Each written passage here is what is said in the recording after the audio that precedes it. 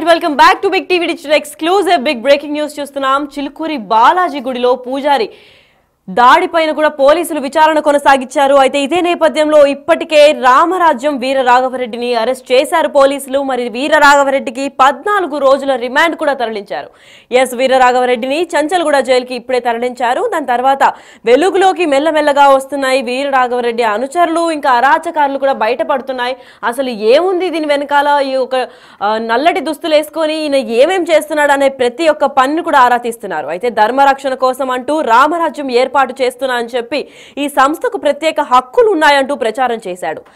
మండలాల్లో మరియు జిల్లాల్లో వారీగా అందరికీ రామరాజ్యం పాలకులు పేరిట అందరికీ ప్రైవేట్ సైన్యంగా సిబ్బంది చేసి ఆ ప్రైవేట్ సైన్యం అందరిపైన దాడికి పాల్పడుతున్నాడు ఈయన.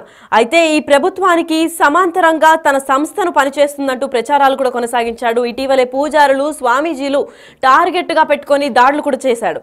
వీరరాఘవరెడ్డి అనుచరుల కోసం పోలీసులు ఇప్పటికే గాలిస్తున్నారు. మరి దీని గురించి మరింత అప్డేట్ ఇవ్వడానికి మా ప్రతినిధి సురేష్ కూడా లైన్ లో ఉన్నారు. సురేష్, చెప్పండి, అసలు పూజారి దాడిపై వెనుక అసలు నిజాలు ఏంటి? అండ్ ఇప్పటికైతే 14 days రిమాండ్ కూడా తరలించారు. మరి దీని గురించి పూర్తి అప్డేట్స్ ఏంటి సురేష్?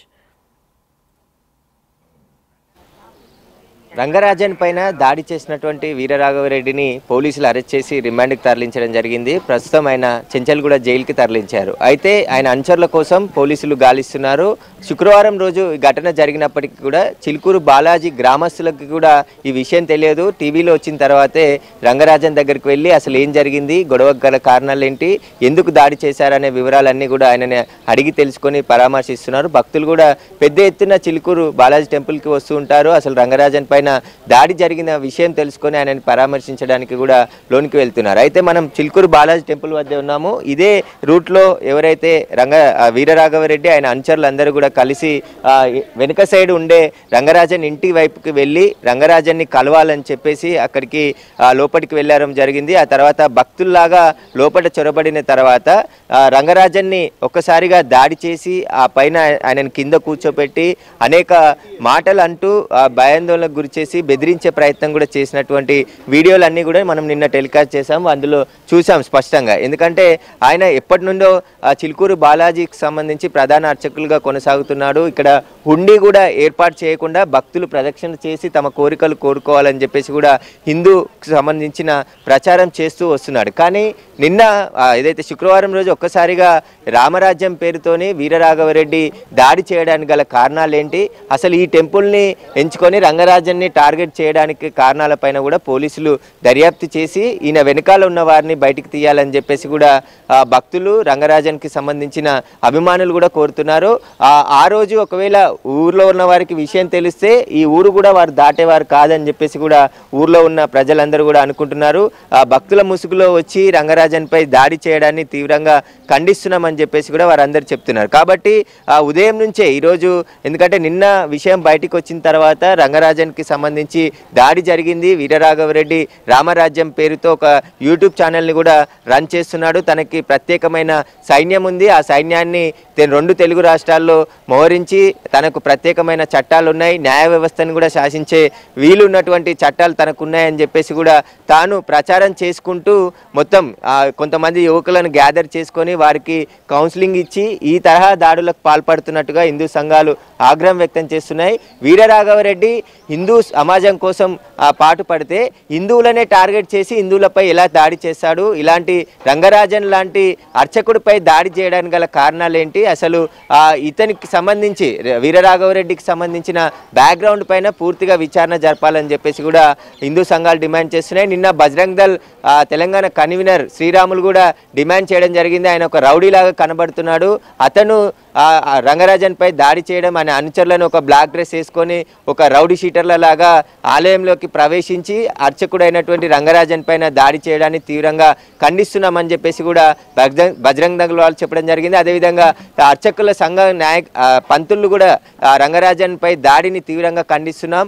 ఆయన హిందూ సమాజం కోసం, రామరాజ్యం కోసం తాను రంగరాజన్ తాపత్రయపడుతూ సమాజంలో మార్పు తీసుకొచ్చేందుకు కృషి చేస్తున్నటువంటి రంగరాజన్ పైనే ఇలా దాడికి పాల్పడ్డ వీరరాఘవరెడ్డి వీరరాఘవరెడ్డి అసలు ఎవరు, వీరరాఘవరెడ్డి చిలుకూరు ఎందుకు వచ్చాడు, ఎందుకు దాడి చేశాడు అనుచరులపైన పూర్తిగా దర్యాప్తు చేయాలి, మిగిలిన అనుచరులను కూడా అరెస్ట్ చేయాలని చెప్పేసి కూడా హిందూ సంఘాలు డిమాండ్ చేస్తున్నాయి. అయితే వీరరాఘవరెడ్డి ఇక్కడికి రావడం, తనకి ముందు సోషల్ మీడియాలో అనేక పోస్టులు పెట్టడం, తనకి సపరేట్గా సైన్యం ఏర్పాటు చేస్తున్నాను, గ్రామానికి ఒక యువకుని, హిందూ యువకుని అప్పచెప్పాలి, మేము రామరాజ్యం స్థాపించబోతున్నాం అని చెప్పేసి కూడా అనేక వీడియోలు చేసి అందులో తనకి ప్రత్యేకమైన చట్టాలు ఉన్నాయని చెప్పేసి కూడా న్యాయ వ్యవస్థనే మేము శాసించడానికి బయలుదేరామని చెప్పేసి కొన్ని వీడియోలు కూడా చేయడం జరిగింది. కాబట్టి ఏదైతే వీరరాఘవరెడ్డికి సంబంధించిన పూర్తి బ్యాక్గ్రౌండ్ పైన విచారణ జరిపించాలని చెప్పేసి కూడా హిందూ సంఘాలు డిమాండ్ చేస్తున్నాయి. చిలుకూరు బాలాజీ టెంపుల్లో కూడా నిత్యం వందలాది మంది భక్తులు,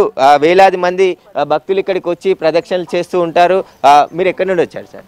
నేను కేతిరెడ్డిపల్లి మైనాబాద్ మండలం అండి. ఈ రంగరాజన్పై దాడి జరిగింది, మీకు దీనిని నేను తీవ్రంగా ఖండిస్తున్నాను. ఒక హిందూ సమాజంపై దాడి జరిగినట్టు నేను భావిస్తున్నాను. అతనిపై కఠిన చర్యలు తీసుకోగలరని నేను మరీ మీడియా వారిని, ప్రజాప్రతినిధులను, రామభక్తులను, ఇక్కడున్న హిందూ సమాజాన్ని కోరుచున్నాను. అతను ఈ హిందూ సమాజం కోసం పాటుపడుతున్నటువంటి రంగరాజన్ని హిందూ రామరాజ్యం పేరుతోనే వీరరాఘవరెడ్డి దాడి చేశాడు. దీన్ని ఎట్లా చూసారు అసలు ఆయన? అసలు అవన్నీ మేము ఖండిస్తున్నట్టు, ఏదో అతని వేరే ఉద్దేశంతో చేయొచ్చు, కానీ అతను ఏముందో తగిన విచారణ చేసి అతని మన నిజానిజాలు కక్కించాలని నేను కోరుచున్నాను. అతన్ని తీవ్రంగా కఠినంగా శిక్షించాలని కోరుచున్నాను ఒక హిందువాదిగా.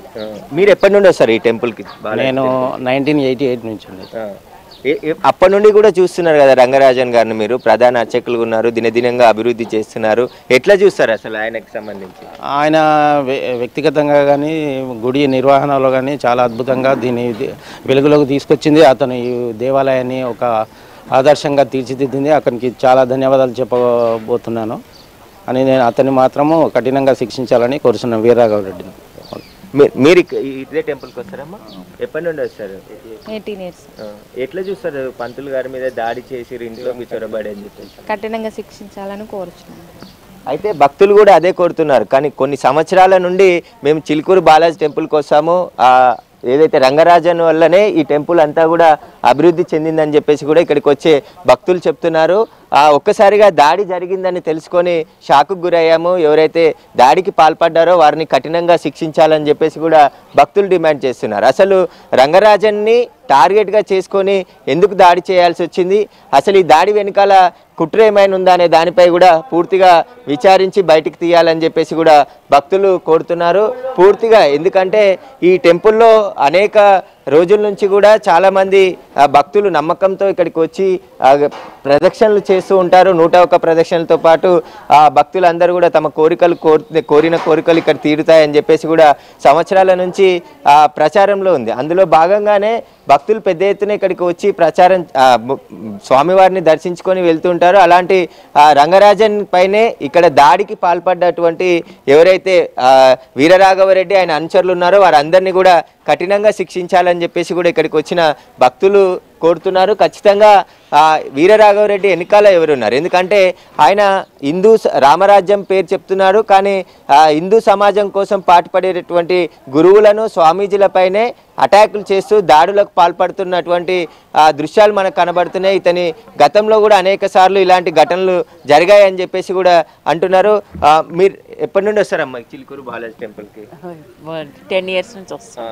రంగరాజన్ పైన కొంతమంది దాడి చేశారు, తెలియదండి మేము రావడం ఫస్ట్ టైం. మా అమ్మాయి 10 years నుంచి వస్తాం. మీరు ఎప్పటి నుండి వస్తున్నారు? నేను 10 years నుంచి వస్తున్నాను, బట్ ఆ విషయాలు ఇంకా తెలియదు నాకు. అంటే మీరు రెగ్యులర్గా వస్తుంటారు కదా, రంగరాజు గారిని కూడా ఇక్కడ చూస్తుంటారు కదా ప్రదక్షిణలు చేస్తే? చూస్తుంటాను, నాకు ఇది కొత్తగా తెలిసింది, ఆ విషయం నాకు ముందు తెలియదు. అయితే అందరూ కూడా, ఎందుకంటే నిన్నటి వరకు ఈ దాడి గురించి ఎవరికి తెలియదు, మీడియాలో వచ్చిన తర్వాతే కొందరికి విషయం తెలిసిందని చెప్పేసి చెప్తున్నారు. కానీ శుక్రవారం రోజు ఈ దాడి జరిగింది. శుక్రవారం రోజు రంగరాజన్ పైన ఇంట్లోకి చొరబడి వీరరాఘవరెడ్డితో పాటు ఆయనకు సంబంధించిన అనుచరులు 20 మంది బ్లాక్ డ్రెస్ వేసుకొని కండవాలు ధరించి లోపలికి ఇంట్లోకి వెళ్ళి మొదట భక్తుల్లాగా మాట్లాడి ఆ తర్వాత ఒక్కసారిగా దాడికి పాల్పడ్డారని చెప్పేసి, ఆ దాడి తర్వాత రంగరాజన్ ఒక రూమ్లోకి తీసుకెళ్ళి కింద కూర్చోపెట్టి వీరరాఘవరెడ్డి కుర్చీలో కూర్చొని బెదిరింపులకు పాల్పడుతూ నువ్వు మారాలి, నువ్వు అర్చకునివే కాదు అంటూ కూడా ఆ వీడియోలో కూడా రికార్డు వాళ్ళే చేసి ఆ వీడియోని సోషల్ మీడియాలో పోస్ట్ చేయడం జరిగింది. కాబట్టి దీని వెనకాల ఏం జరిగిందనే దానిపైన పోలీసులు లోతైన దర్యాప్తు చేయాలని చెప్పేసి కూడా రంగరాజన్ డిమాండ్ చేస్తున్నాడు. అదేవిధంగా ఆయన అభిమానులు ఇక్కడ బాలాజీ టెంపుల్కి వచ్చే భక్తులు కూడా పెద్ద ఎత్తున డిమాండ్ చేస్తున్నారు. ఖచ్చితంగా దీనిపైన పూర్తి లోతైన దర్యాప్తు చేసి ఈ వీరరాఘవరెడ్డి ఎవరు, అసలు వీరరాఘవరెడ్డి రంగరాజన్ని ఎందుకు టార్గెట్ చేశాడు, అంత అవమానకరంగా, అంటే వయసులో కూడా రంగరాజన్ ఆ వీరరాఘవరెడ్డి కంటే పెద్ద అయినా కానీ ఇలా ప్రధాన అర్చకులు ఉన్నటువంటి రంగరాజన్ని టార్గెట్ చేయడానికి గల కారణాలపైన కూడా దర్యాప్తు చేసి లోతుగా విచారించాలని చెప్పేసి కూడా డిమాండ్ చేస్తున్నారు. గ్రామస్తులు కూడా ఇప్పుడు అలర్ట్ అయ్యారు.